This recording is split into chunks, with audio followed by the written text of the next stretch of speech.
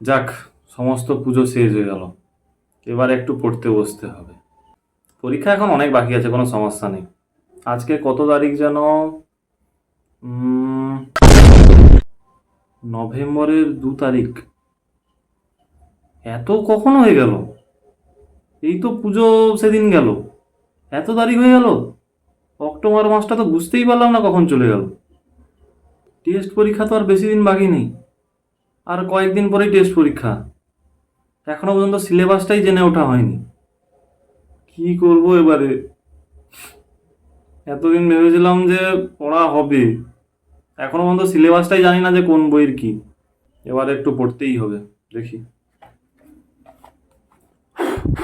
ধুলোও পড়ে গেছে চারদিকে। এ বাবা, এগুলো কি লেখা আছে?